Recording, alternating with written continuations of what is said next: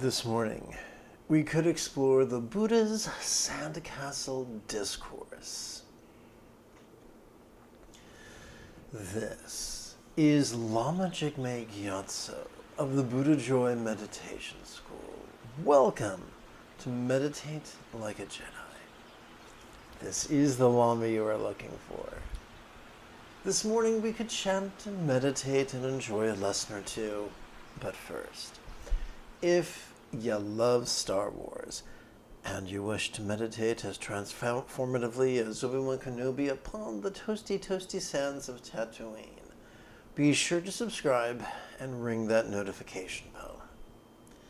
If at any point during this morning's live stream you have a question about meditation, philosophy, or even chanting, there is no need to be shy. Simply type your question in the chat window on the right-hand side of the screen. Unless, of course, you're watching a replay, then you'll want to type your question in the comment area below the video.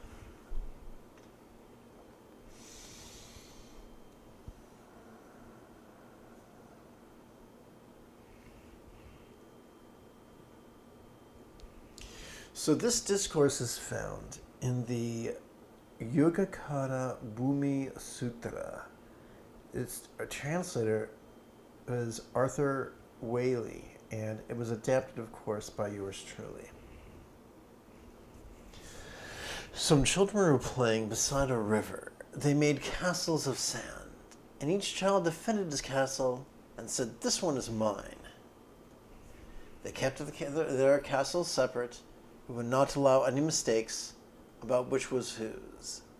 When the castles were all finished, one child kicked over someone else's castle and completely destroyed it. The owner of the castle flew into a rage, pulled the other child's hair, struck him with his fist, and cried out, "He has spoiled my castle. Come along, all of you, and help me to punish him as he deserves." The others all came to his help. They beat the child with a stick and stomped on him as he lay on the ground. Then they went on playing in their sandcastles, each saying, "This one is mine, no one else may have it. Keep away, do not touch my castle."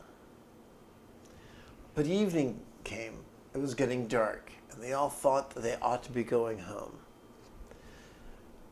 No one cared what became of his castle. One child stomped on his, another pushed his over with both hands. Then they turned away and went back, each to his home. My, what a grisly story.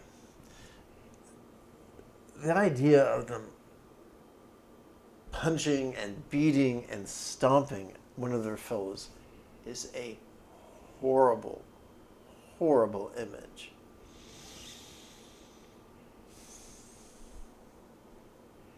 I sincerely hope this is not based on true events. I hope this is a purely allegorical examination of how our hate and our greed seem to be have a reciprocal relationship with each other. And we can look at them, and in terms of physics, they seem very different. Hate is a pushing energy, right? And greed is a pulling energy, and a variation would be clinging. So greed is, I want something, and clinging is, I have something, I don't want to lose it. So this is probably clinging and hate, is what we really saw. So they seem very different. One's dynamic and one's static. However, they both have the same antidote.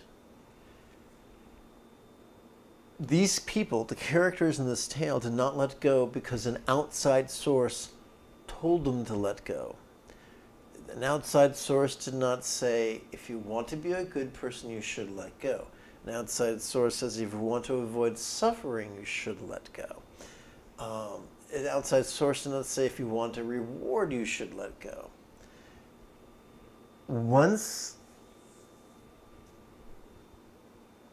the day was done, the sun was set, and then maybe it got colder and they were hungry and they were missing their moms and they wanted dinner. Just on their own, their present desire to protect what they had and to punish those who threatened what they had was replaced by a new desire to go home.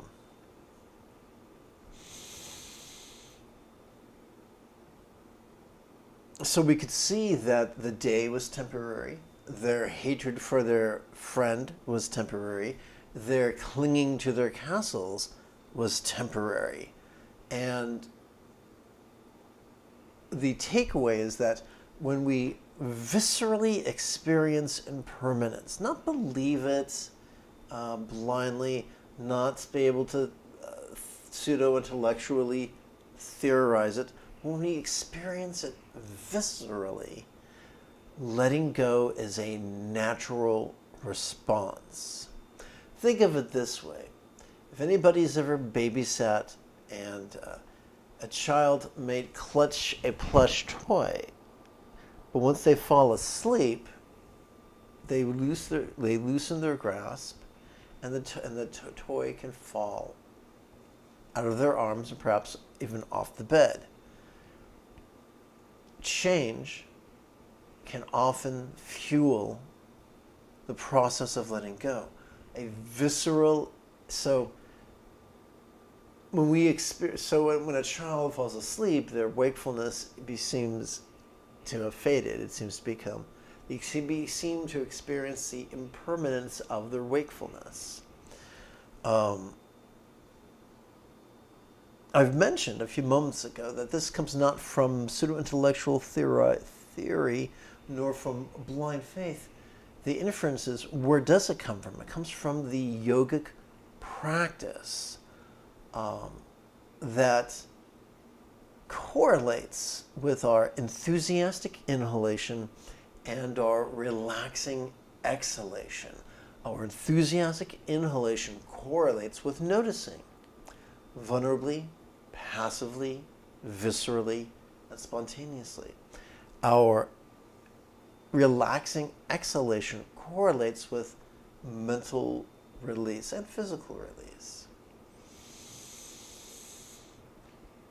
So this impermanence that is so very useful to the realization of this impermanence, which is so very useful for evolution, comes to us viscerally by aligning our intention to notice and let go with the natural cycles of our inhalation and exhalation that helps us to really get the most bang from the buck from the two phases of our autonomic nervous system, the sympathetic aspect and the parasympathetic aspect.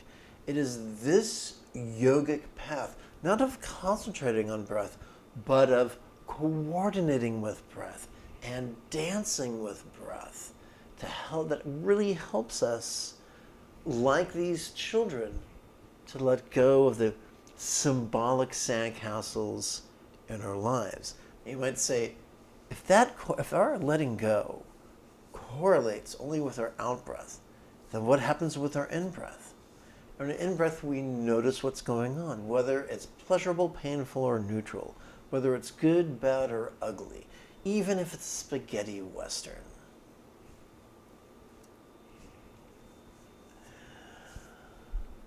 Before we start this morning's actual chant and meditation, let's spend approximately 15 seconds on housekeeping. If there are lessons you'd like to request, or if you simply wish to support the continued availability of these classes, there is a Patreon link in the description area below the video.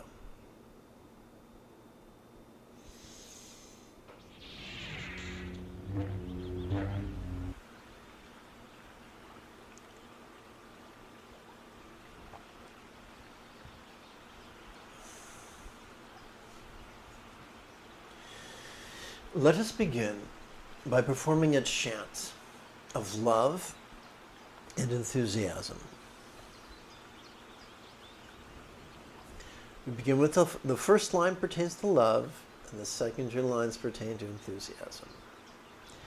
May I liberate all beings by relying on the moon as example and instructions and students.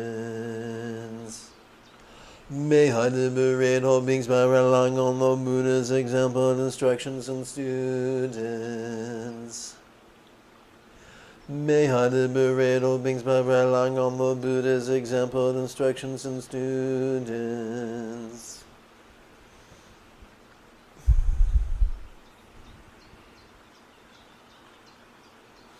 Let's chant the Heart of Wisdom Sutra.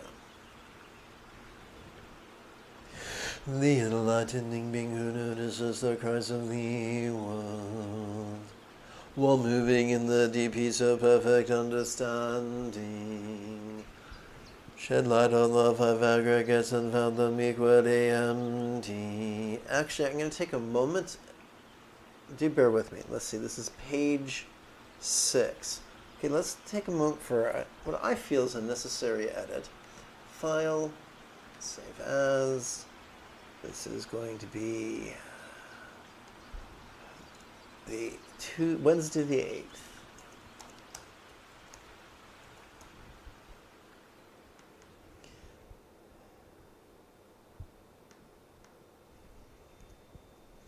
There's a very high probability the screen's gone bonkers. So, quick like a bunny, let me make sure the display is synchronized. 1, 2, 3, 4, 5. Okay, here we go.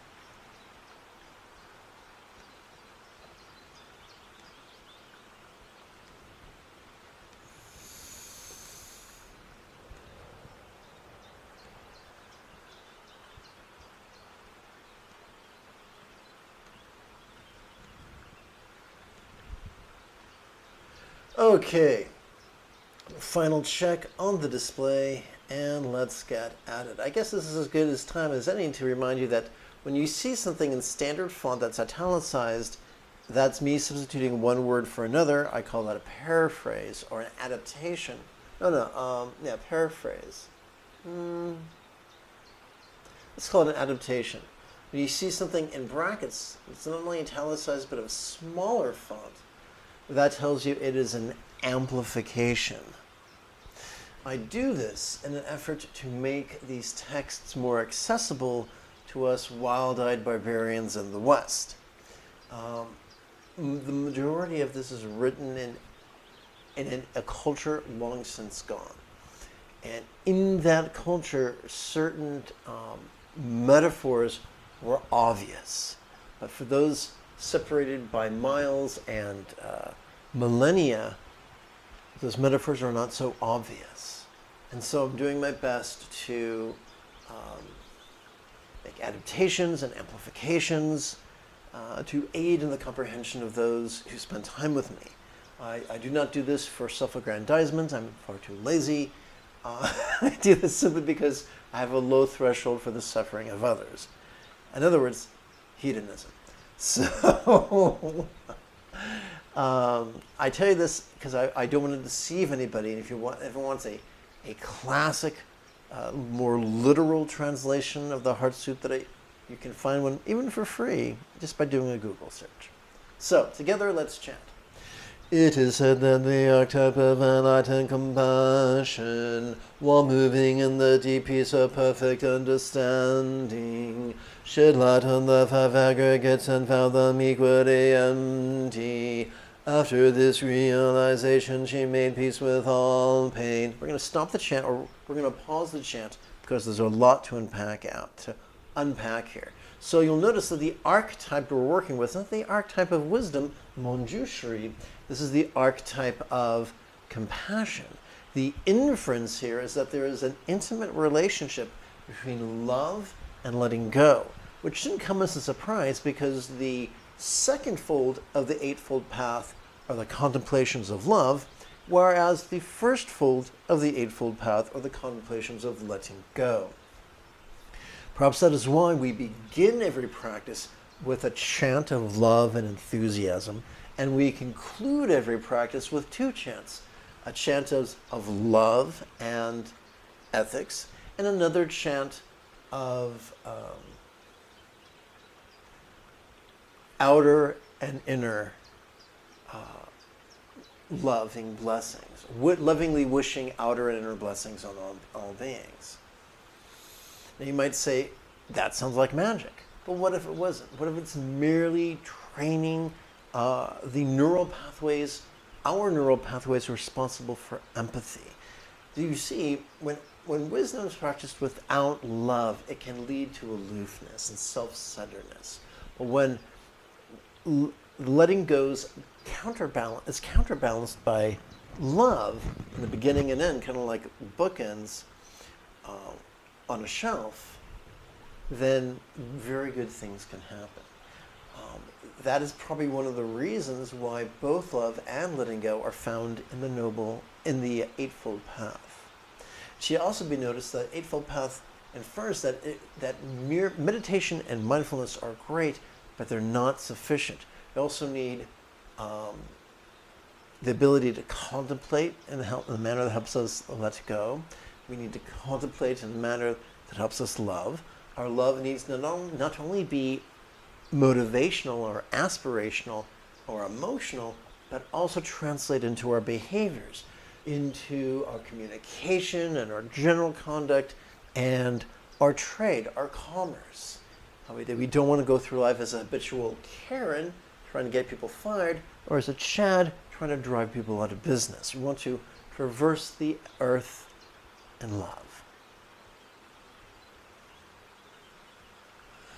And good morning, Simp. Sadly, I cannot read the Cyrillic alphabet. I apologize for that. But if you have access to a Google Translator, that might help. Anyway, let's continue. So, this archetype of enlightened compassion was meditating and experienced the emptiness of each facet of experience. Now, good morning, Simp. So we have to ask the question, what is meant by emptiness? Every time someone takes a literal view of emptiness, they wind up in two buckets of confusion. The bucket of blind faith and superstition, or the bucket of pseudo-intellectual skullduggery. After squandering decades with both, I can tell you most assuredly, those don't lead to the freedom and peace that are advertised. Fortunately, there's a middle ground, and that is, instead of exploring it literally, we explore it figuratively. So what is meant by emptiness figuratively? And that is illustrated. Oh, you're welcome, Anita. Thank you. And that is illustrated when we look at the fundamental practice of mindfulness and meditation. So let's look at that right now. This is a sneak peek for this morning's practice. The essence of mindfulness is practiced during our enthusiastic inhalation, when we silently and mentally recite, "Notice this." So conversely, the essence of meditation is experienced when we physically relax while silently or mentally reciting, "Relaxing." Well, das Badania, my friend. Привіт. That's all I know. That's all I've got. Sorry. So, why do we correlate? Why do we think to correlate mindfulness and meditation with our inhalation and our exhalation? Simple. Ask a neuroscientist, they'll tell you. Every time we inhale, we access the wiring of our sympathetic nervous system that helps us to notice vulnerably, passively, viscerally, and spontaneously. When we do so, the only label we need ever use is simply the pronoun this. This helps us to notice sensations, flavors, scents, sounds, sights, and the like. It also helps us to notice emotions, intentions, thoughts, memories, and imaginings. That begs the question, what are we to do with all this stuff that we notice? And here's the good bit. Every time we exhale, we are wired to connect with our parasympathetic nervous system, which in turn is wired for both physical relaxation as well as mental release. So, whatever we notice during our inhalation, once we begin exhaling it, this exact same thing begins to feel as if it was as non-graspable as a vast, empty void. Now, any English teacher can tell you that a simile is as powerful as it is relatable. So, my friends, what is a real-world example of a non-graspable, vast, empty void? How about the illusion of the infinite azure sky on a bright and beautiful cloudless morn, which, although is tantalizing to the eye, is non-graspable to the hand? So that's it. On a bright sunny day, next time there's a bright sunny morn that has no clouds, set out a blanket on your lawn, lie on your back, look at the sky, reach forward, and no matter how earnestly you reach, you'll never pull back a handful of blue. So that's a wonderful, visceral experience that illustrates that we can perceive something in mindfulness and yet be unable to grasp it. Meditation. So all the dance of mindfulness and meditation is using both phases of our autonomic nervous system in a way that helps us to mature spiritually, helps us to both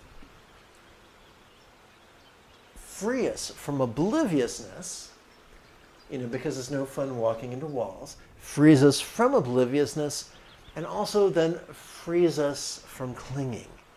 That's why the Buddha referred to this as a path of liberation, not from the presence of vicissitudes, not liberation from the presence of our primal reactions to vicissitudes, not a liberation from the presence of our impulses to shove or reach or cling, but a liberation from the tyranny of the vicissitudes, a liberation from the tyranny of our primal impulses. They are still there, but they no longer control us. That is inferred by the couplet. After this realization, she made peace with all pain. The pain didn't stop. She just stopped resisting against it. So let's continue with our chanting. First, I will check for messages. Thank you for tolerating my ridiculously limited Russian vocabulary. Let's continue.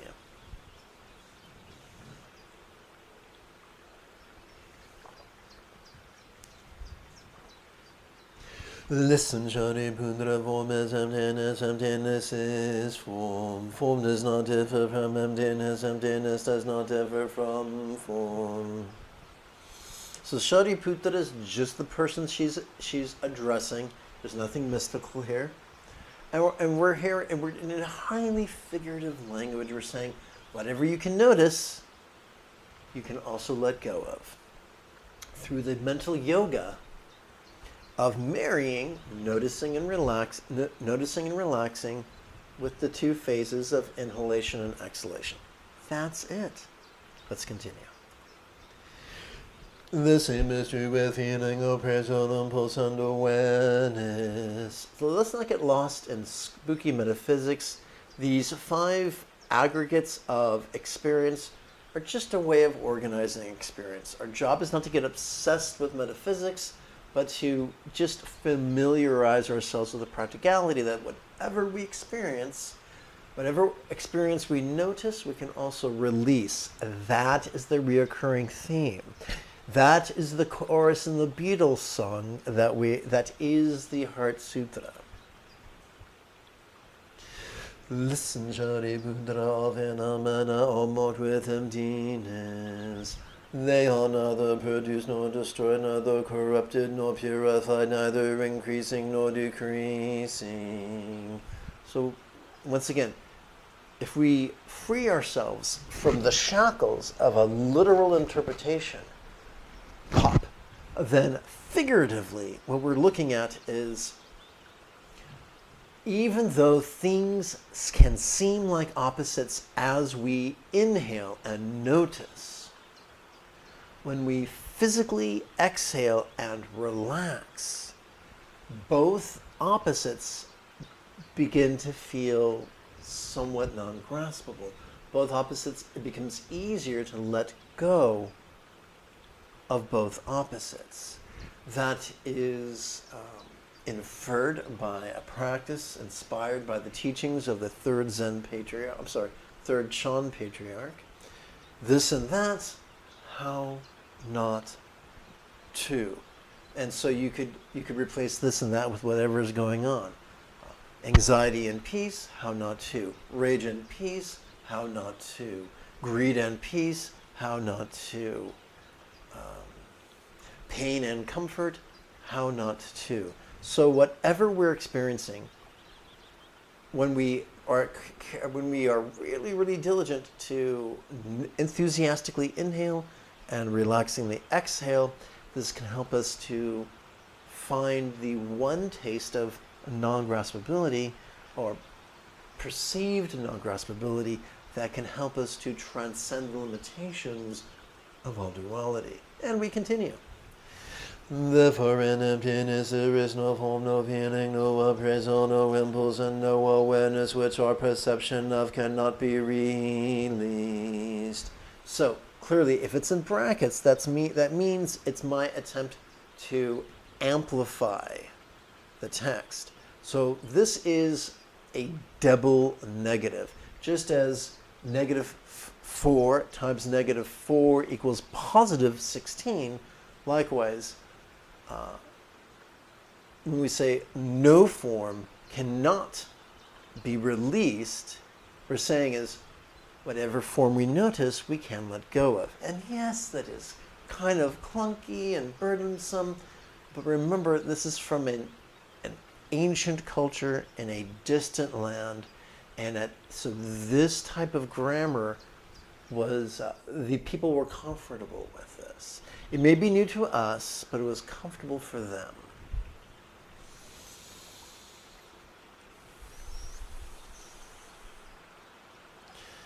So, this is a phrase we're going to repeat many times in the next few minutes, but hopefully I've made sense to you. It's just a way of saying this is a double negative. Whatever we notice, we can release through the yoga of inhalation and exhalation, of marrying inhalation and exhalation with observation and relaxation. Tally-ho. No sensation, no flavor, no sound, no sound, no sight, no phenomena which our perception of cannot be released. No body, no tongue, no nose, no ears, no eyes, no mind which our perception of cannot be released. No feeling, no tasting, no smelling, no hearing, no seeing, no noticing which our perception of cannot be released. So this 3 circles of experience has its roots in the Theravadan text, the Mahasatipatthana Sutta. So we talk about how sensation and the body and the feeling, so for instance, our body feels a sensation. Each facet of that can be noticed and released. This tongue tastes a flavor. Each facet of that can be noticed and released. That's all. Let's continue. No interdependent origins and no extinction of them, from confusion to aging and death, which our perception of cannot be released. Regardless of which metaphysical system you've been exposed to, regardless of how we carve up experience, it still can be noticed and released. No stress, no exacerbation, no liberation, no path, no understanding, no attainment which our perception of cannot be released. Whatever we notice, we can release, even if that which we notice is a pure abstraction, or simply a theory, or a goal, or an imagined state. Because there is no attainment, the Bodhisattva supported. By the perfection of understanding, find no obstacles for their minds which our perception of cannot be released. So I'm going to do another edit because everyone loves my edits.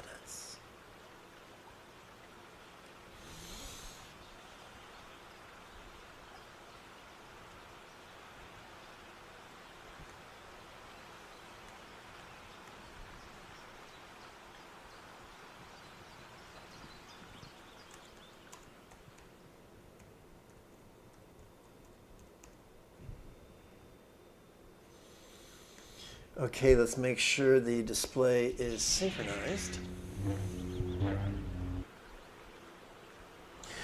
Because there is no attainment, the archetypes of enlightenment supported. By the perfection of understanding, find no obstacles for the mind which our perception of cannot be released.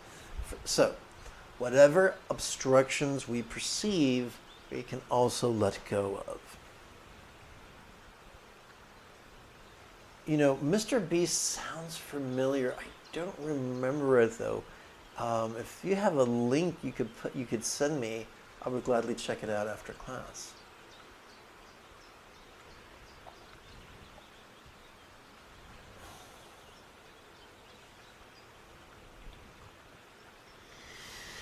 Having no obstacles with. So by the way, here's an even easier bit. In the description area below the video, there are many links. One of those links will take you to a members-only group on Facebook.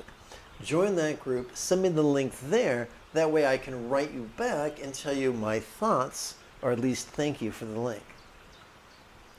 And just to make life easier, let me quick like a bunny, tap button 8, and let's see. So here is the description area below the video. Here is social media. there we go. Under the heading Freebies, and the second bit, Private Students Group. Click there, join there, and that's the easiest way to get a hold of me. Or if you want to be really groovy, you can always get a hold of me through Patreon. Whichever rings your bell. So let's return to the practice text. Okay. Having no obstacles which our perception of cannot be released, they transcend the tyranny of fear. Fear is still there, but it no longer controls them. Hence, they transcend its tyranny. Let's continue. Liberating themselves forever from the tyranny of illusion and realizing perfect nirvana. So, what is the illusion? It's twofold. The first illusion is there's nothing there. That's dispelled with mindfulness. Oh, look, there's shit everywhere. The second illusion is that everything we perceive is permanent and independent and rather solid. And it's dispelled with each exhalation where we go, oh no, I can let go of things.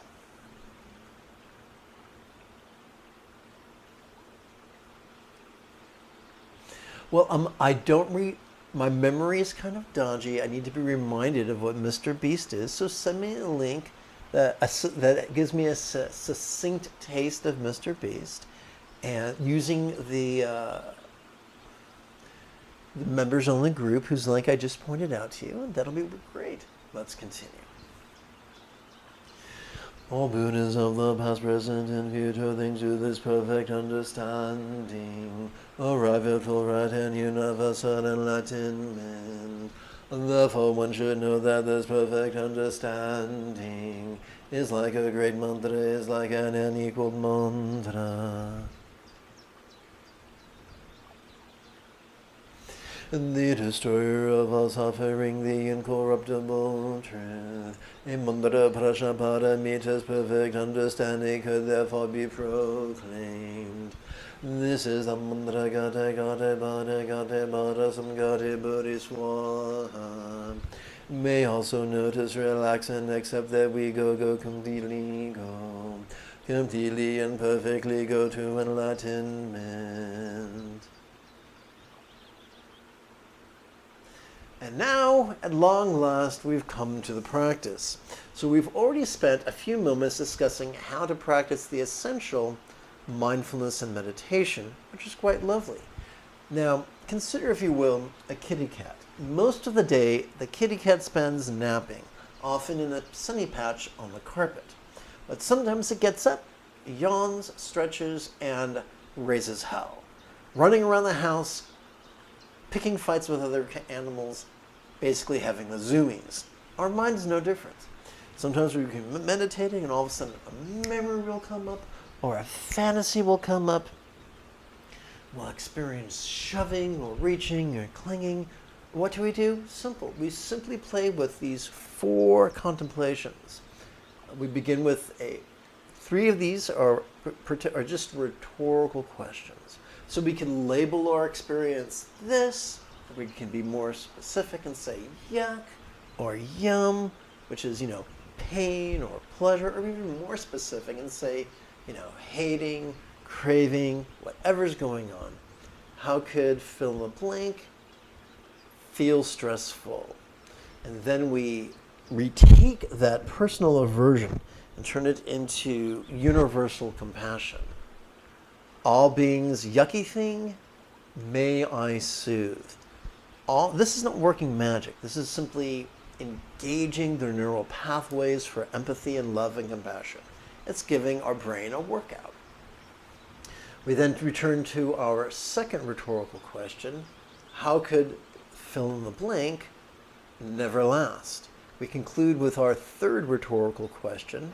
How could fill in the blank not be me? Now remember, our job is not to jump into superstition or skullduggery, but simply to play with these as exercises whose only purpose is to help us to love and let go. one breath for each exercise, and then you return to another at least 4 repetitions of the primary practice. And either you can persist with that, or you can go back to the 4 antidotes. I found this is an effective way of surfing whatever comes up as we sit cross-legged upon our meditation cushion.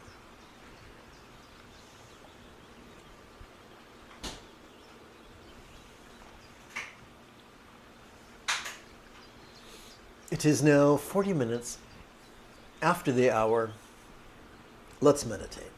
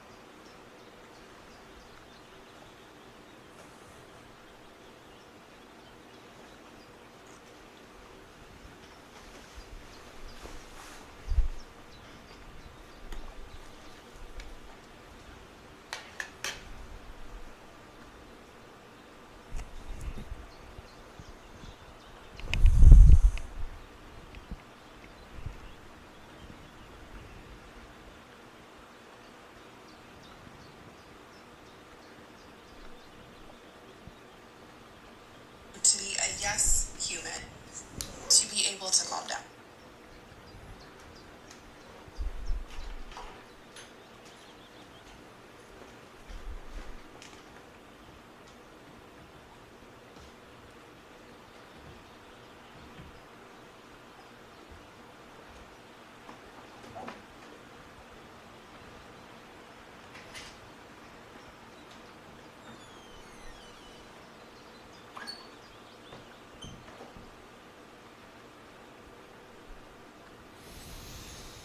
Okay, quick video.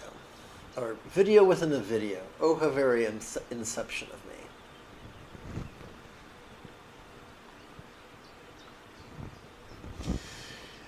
When reading certain books, such as The Path to Enlightenment or by the Dalai Lama, we see a typical teaching strategy where teachers first try to frighten you about the possibility of taking an inauspicious rebirth, i.e. hell, and then tell you that the Dharma is the only way to prevent such a horrible rebirth, and then try to tell you to cultivate compassion.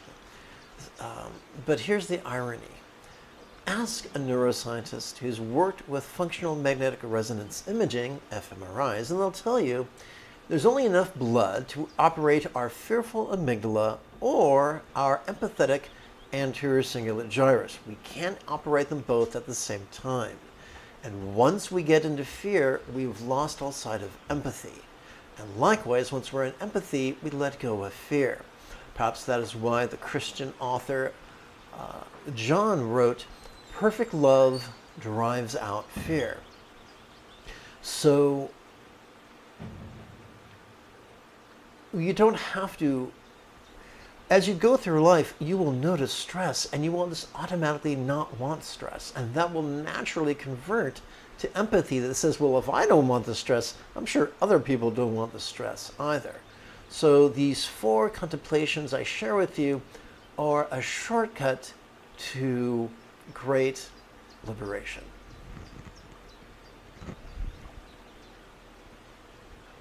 Thank you.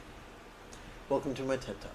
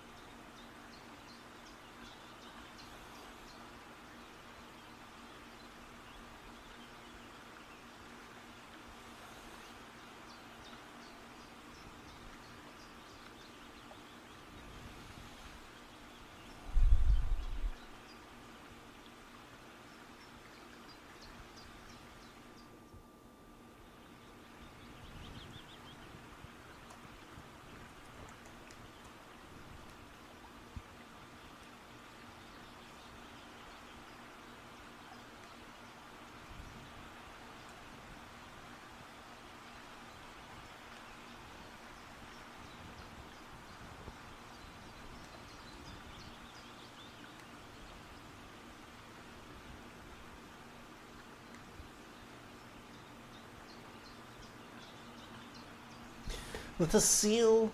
Oopsie, gotta check something real quick to make sure the display is synchronized. Let us seal our practice with 2 chants. Our first chant is compassionate ethics. May all beings practice have kind communication, conduct, and calmness, flow spontaneous and uncontrived.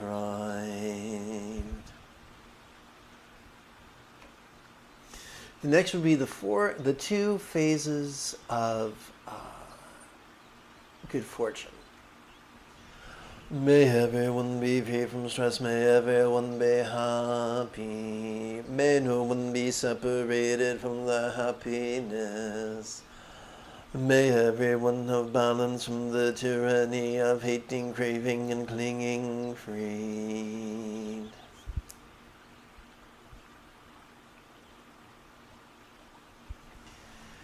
If you feel I have earned it, give this video a thumbs up and share it on social media. Of course, be sure to type something in the chat window. In approximately 10.5 hours, we could return to explore overt sensitivity, trauma, and contemplation. Until then, may you and yours be happy and healthy. And if you are as geeky as me, this is the way.